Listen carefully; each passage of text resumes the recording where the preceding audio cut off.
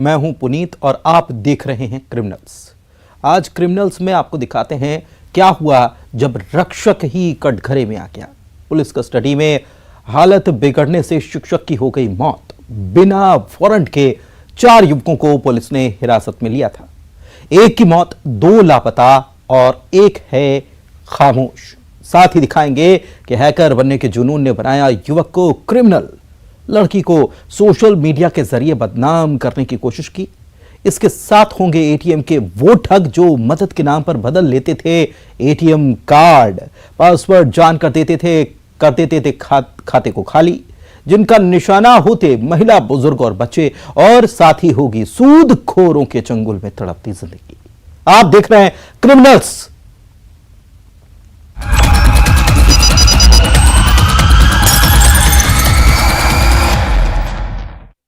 शिक्षक की हुई थी मौत और मौत का आरोप पुलिस पर। एक बनने वाला तो दूसरा बचाने वाला, लेकिन आरोप बचाने वाली, रक्षा करने वाली पुलिस पर। आखिर ऐसा क्या हुआ कि मौत हुई और आरोप रक्षक पर लग गया? रिपोर्ट दिखाते हैं आपको।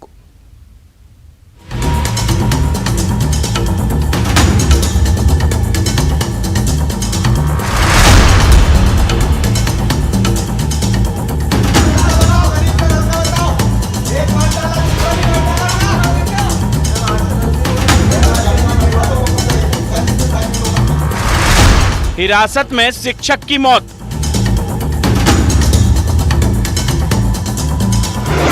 पुलिस पर उठ रहे सवाल।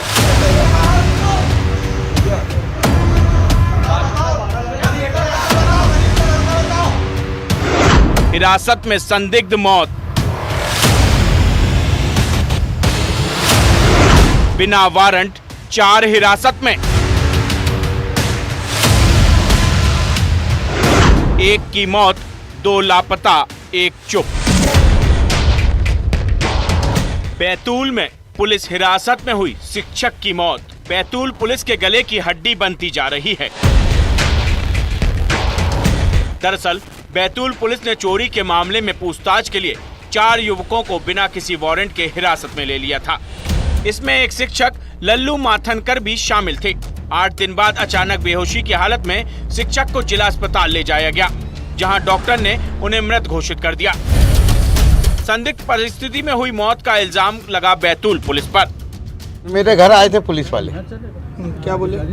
मेरी बात करवाई। बच्चे की आवाज़ अपन पहचानते हैं। बोले तुम किसी को कुछ मत बोलना, कहीं जाना मत। बोले तुम्हारा लड़का 36 घंटे में घर आ जाएगा। लड़के से बात हुई। लड़का बोलता पापा मैं नागपुर में हूँ, बोले 1-2 दिन में आऊँगा। मेरे को पुलिस वालों ने छोड़ दिया। जब पुलिस कस्टडी में लड़का है तो कैसे छोड़ेंगे? छोड़ते तो सीधे घर आता वो। अब पुलिस वाले सामने खड़े हैं, पुलिस वाले जैसा बोलेंगे वैसा लड़का बोलेगा। वहीं बाकी 3 युवकों में से 2 लापता हैं और एक को पुलिस के मुताबिक हिरासत के अगले दिन ही छोड़ दिया गया था। लेकिन युवक घर से ना तो बाहर आ रहा है और ना ही कोई जानकारी देने को तैयार है। शिक्षक लल्लू की मौत के बाद उनके परिजनों ने जमकर हंगामा मचाया और पुलिस पर हत्या का आरोप लगाया है। कल भी मैंने सुबह टिफिन ले गया, सुबह मैंने लाया। रात को मैं जब काम पे से लौटता हूँ तो खाली टिफिन लेके फिर वो टिफिन भर के फिर लेके आता हूँ। यही आपने माथनकर को किस हाल में देखा था? अरे पूरे पैर में से मवाद बह रहा था। हाँ, इतना मारा था कि क्या बताऊँ। पैर सूजे थे। ये मोटे मोटे हाथी के पैर समान हो गए थे। कहाँ पर है? उसको कब उठाया नहीं मालूम। मैंने है ना उसको शुक्रवार शनिवार से देख रहा। कहाँ पर देखे थे आप? मैंने गंज चौकी में देखा था उसको। पुरानी चौकी नहीं, पुरानी वाली। मामले में न सिर्फ शिक्षक की मौत हुई बल्कि 2 युवक भी लापता हैं, जिनके परिजन पुलिस पर आरोप लगा रहे हैं कि पुलिस उन्हें चुप रहने का दबाव डाल रही है। यही नहीं, पुलिस युवकों से परिजनों की बात भी करवा रही है, लेकिन युवक कहां हैं ये नहीं बता रही।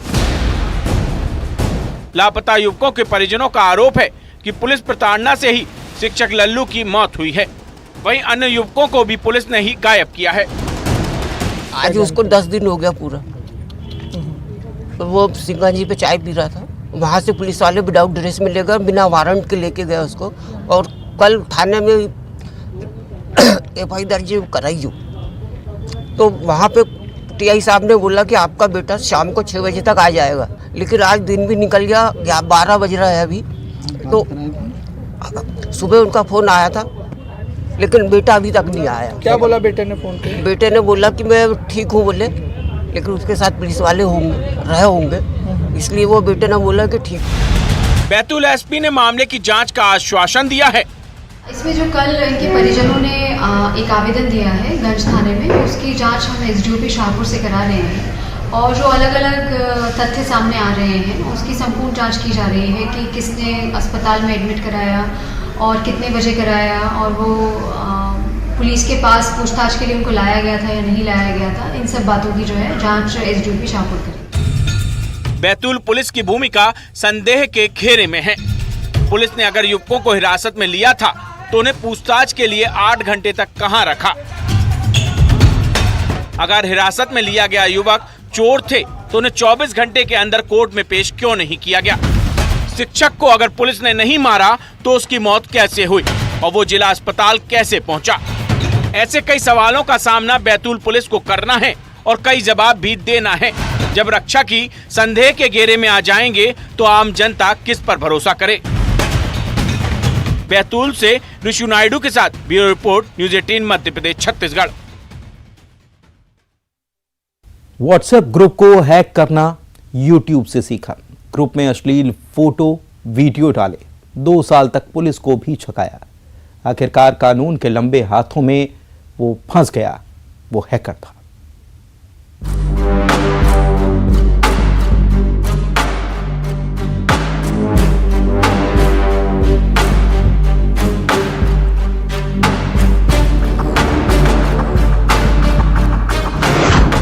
ऑनलाइन सीखा पहले हैकिंग,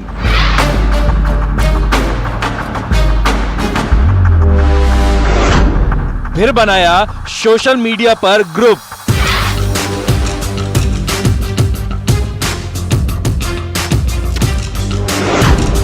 लड़की का फोन लिस्ट किया हैक।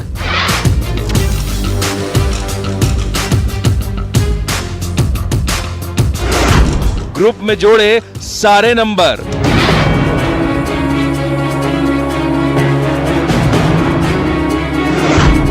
डालने लगा फिर डर्टी मैसेज।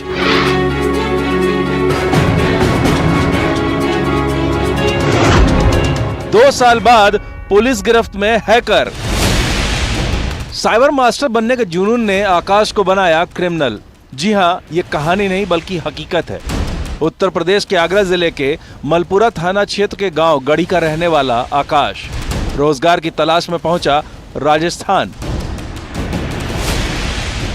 यहां छोटा मोटा काम करता रहा, लेकिन आकाश को तो जुनून था साइबर मास्टर बनने का। सोशल मीडिया प्लेटफॉर्म पर वो सब जगह मौजूद था, लेकिन उसके सपने मैसेज शेयरिंग से कहीं आगे हैकिंग सीखने के थे। हैकिंग सीखने के लिए उसने YouTube पर सैकड़ों वीडियो खंगाले और आखिरकार उसने हैकिंग का हुनर पा ही लिया। 2020 में थाना नगरी में नगरी की प्रार्थ्या लड़की रिपोर्ट दर्ज कराई थी कि उसके मोबाइल में एक अज्ञात व्यक्ति द्वारा फोन करके अश्लील बातें किया था और पूर्ण वीडियो तथा अश्लील फोटोग्राफ्स भेजकर गाली गलौज किया था, जिस पर से अपराध क्रमांक 35/2020 में धारा 294, 507, 509 तथा IT एक्ट की धारा 67 के तहत में अपराध पंजीकृत करके विवेचना में लिया गया था। अब आकाश इस हुनर को आजमाना चाहता था।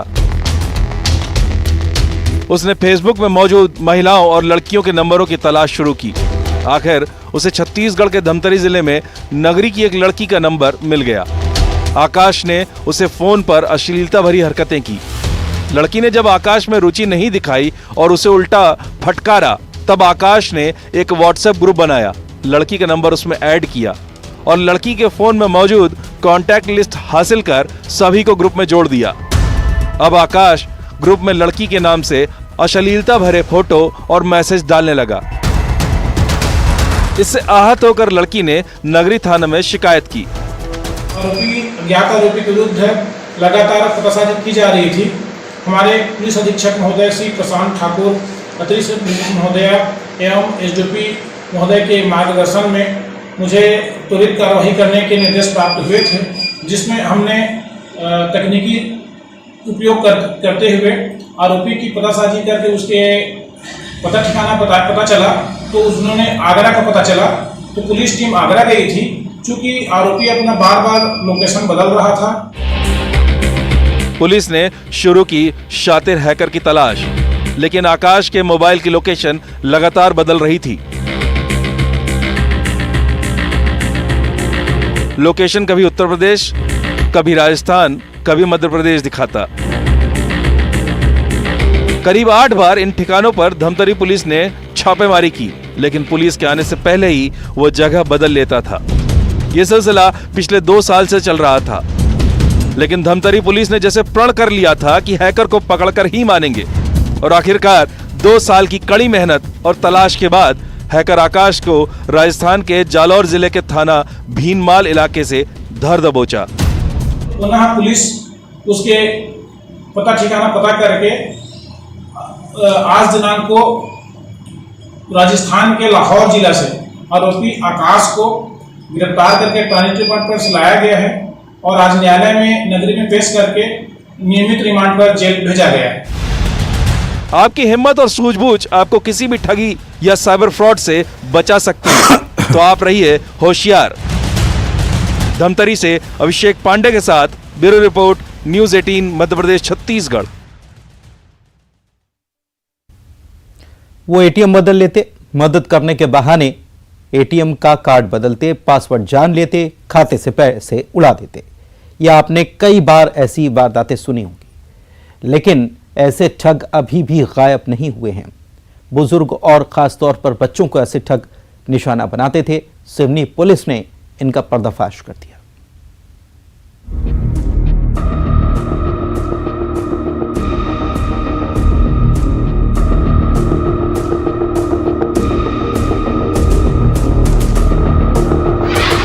मदद के नाम पर ठगी।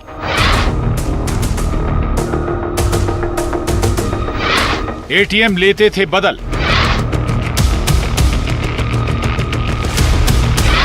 पासवर्ड जान कर देते खाता खाली। महिला, बुजुर्ग, बच्चे इनका निशाना। वो मदद के नाम पर अपने शिकार का एटीएम ही बदल देते थे और बाद में एटीएम का इस्तेमाल करके खाता खाली। सिवनी के डूडा सिवनी थाने की पुलिस ने इस अंतर्राज्यीय एटीएम ठग गिरोह का पर्दाफाश किया है। दरअसल दिसंबर 2022 को इस गिरोह ने डूडा सिवनी थाना क्षेत्र के अंतर्गत टैगोर वार्ड निवासी एक महिला के साथ ठगी की वारदात को अंजाम दिया था। शातिर ठगों ने पहले महिला से मदद के नाम पर उसका एटीएम बदला और पासवर्ड जानकर महिला के खाते से 10.5 लाख रुपए उड़ा लिए। महिला ने थाने में अपने साथ हुई ठगी की शिकायत की, जिसको तत्काल पुलिस ने संज्ञान में लिया और जांच शुरू कर दी। जब इनका बैंक स्टेटमेंट निकाला गया तो उससे पूरी बात स्पष्ट हुई कि 27 नवंबर को जब वो अपने एटीएम को ऑपरेट करने के लिए, यूज करने के लिए एटीएम मशीन पर गई हुई थी, तो वहां पूर्व से अपराधी मौजूद थे और बहाने से उनका कार्ड उन्होंने बदल दिया और पिन लगा देख लिया और इस तरीके से वो कार्ड लेकर के जगह जगह पर उस कार्ड का उपयोग कर कैश का विड्रॉल, बहुत सारी चीजों की खरीदी, पेट्रोल पंप पर पीओएस मशीन पे उस कार्ड का उपयोग कर पैसा खर्च करते रहे। मध्य प्रदेश, उत्तर प्रदेश, दिल्ली, उत्तराखंड के विभिन्न स्थानों से पैसे निकाले गए थे। आरोपियों ने जहां जहां एटीएम का उपयोग किया, सिवनी पुलिस ने वहां वहां अपनी टीम भेजकर जांच शुरू की। क्षेत्र के सारे सीसीटीवी फुटेज खंगाले गए और कई सीसीटीवी में आरोपी पुलिस को नजर आ गए। आरोपियों के साथ उनकी गाड़ी की पहचान भी हो गई। पुलिस ने साइबर तकनीक की मदद से आरोपियों पर नजर रखना शुरू कर दिया। पुलिस आरोपियों को रंगे हाथों पकड़ना चाहती थी, इसलिए उनकी अगली वारदात का इंतजार किया और जल्द ही जबलपुर में अपने शिकार की तलाश कर रहे आरोपियों को वारदात से पहले ही सिवनी पुलिस ने गिरफ्तार कर लिया। महिला जब लगभग 20-25 दिन तक उस कार्ड को यूज करने का प्रयास करती रही और उसका एटीएम कार्ड नहीं चला, तब वो बैंक गई और बैंक में जाने पर उसको पता चला कि उसके खाते से लगभग 10.5 लाख रुपया निकाला जा चुका है। ये सूचना डूडा सिवनी थाने पर प्राप्त होने पर डूडा सिवनी थाने पर अपराध दर्ज किया जाकर विवेचना की। डूडा सिवनी को ये सफलता प्राप्त हुई है, जिसमें 4 आरोपी गिरफ्तार किए गए। सिवनी थाने में आरोपियों ने अपना जुर्म कबूल कर लिया आरोपियों के पास से 30 एटीएम, एक कार, 5 मोबाइल बरामद किए। एक दूसरी गाड़ी अभी बरामद होना बाकी है। इसके साथ ही आरोपियों के खाते में 4.5 लाख रुपए मिले, जिसे पुलिस ने होल्ड करा दिया है। इनके पास से 30 कार्ड बरामद हुए हैं। इनके अकाउंट्स में जो पैसे हैं उनको भी विद होल्ड पर लगाया गया है।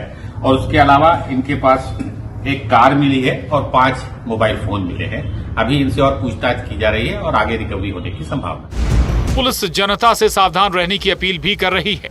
ये आरोपी महिलाओं, वृद्ध महिलाओं और बच्चों को, कम पढ़े लिखे लोगों को टारगेट करते थे। ऐसी मशीन को टारगेट करते थे, ऐसी एटीएम मशीन बूथ को टारगेट करते थे जहां पर 2 एटीएम मशीन लगी हो।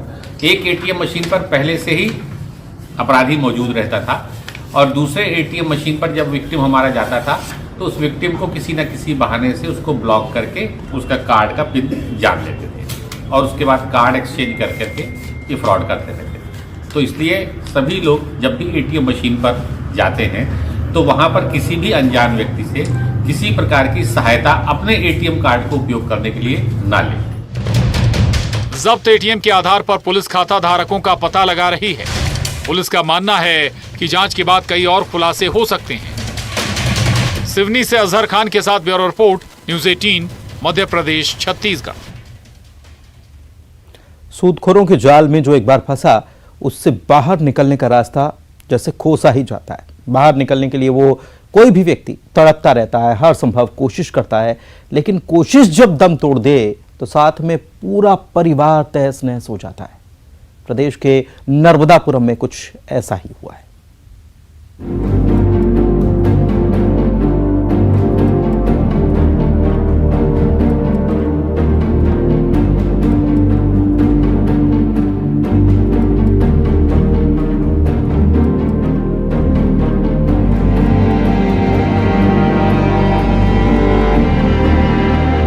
नर्मदापुरम में एक सामान्य परिवार का रहने वाला युवा अपनी आंखों में भविष्य के सपनों को संजोए अपना जीवन यापन कर रहा था।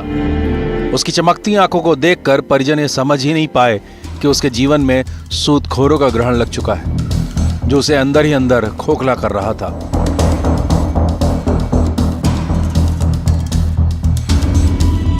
दरअसल सीहोर के बुदनी स्थित नर्मदा नदी के जर्रारपुर घाट पर बुदनी पुलिस को लगभग 30 वर्षीय युवक का अज्ञात शव नर्मदा की लहरों पर तैरता मिला। पुलिस ने मौके पर पहुंच मर्ग कायम किया और मृतक की विवेचना शुरू की।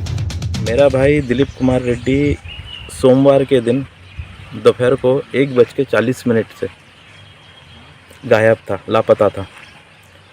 मुझे रात शाम को सूचना मिली कि वो दिन भर से घर आया नहीं है।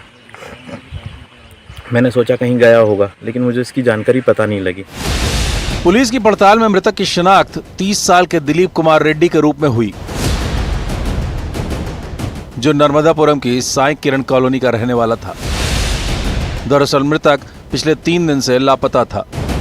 परिजनों ने पुलिस को बताया कि मृतक सूदखोरों से परेशान चल रहा था, लेकिन मृतक के मोबाइल ने उसकी मौत का वो कड़वा सच उगला, जिसे देख परिजनों और पुलिस के पैरों तले जमीन ही खिसक गई। मेरे को उसके मोबाइल से कुछ गूगल नोट्स मिले हैं और एक वीडियो मिला है उसका, जिसमें वो रसूखदारों, जितने भी ज़िले के रसूखदार थे जो ब्याज पे पैसा चलाते थे, उनसे बहुत परेशान था। उसको इतनी मानसिक प्रताड़ना दी थी जिसके कारण उसे ये कदम उठाना पड़ा। कितने लोगों के नाम है उसमें? उसमें सर कम से कम 15 लोगों के नाम है। पुलिस की पड़ताल में मालूम पड़ा कि मृतक सूदखोरों के चंगुल में बुरी तरह फंस चुका था। मृतक की तलाशी में मिले मोबाइल गूगल नोट्स पर उसने संदेश छोड़ा था, जिसमें उसने परेशान करने वालों के नाम का खुलासा किया था। साथ ही परिजनों से अपनी आत्महत्या पर माफी भी मांगी थी। फिलहाल पुलिस मामले की जांच कर रही है। बुदनी थाने पे आज सूचना मिली थी कि जर्रापुर नर्मदा नदी के किनारे एक लाश मिली है। उक्त सूचना पर पुलिस बल जर्रापुर नर्मदा किनारे आया हुआ है। इस स्थान पर एक 30 वर्षीय अज्ञात व्यक्ति का शव मिला है। शव को निकाल लिया गया है। शव के पास से जो आईडी मिली है उसमें उसका नाम दिलीप कुमार रेड्डी आया है। उसके पास जो आईडी थी उसमें मोबाइल नंबर लिखा हुआ था। उससे उसके परिजनों को सूचित किया गया है। आखिर कब तक सूदखोरी के जाल में फंसकर लोग मजबूरी में अपनी जान गंवाते रहेंगे? अपना और अपनों का रखिए ख्याल। सीहोर से प्रदीप सिंह चौहान के साथ bureau report, news 18 Madhya Pradesh Chhattisgarh. और इसी के साथ क्रिमिनल्स में इतना ही। नमस्कार।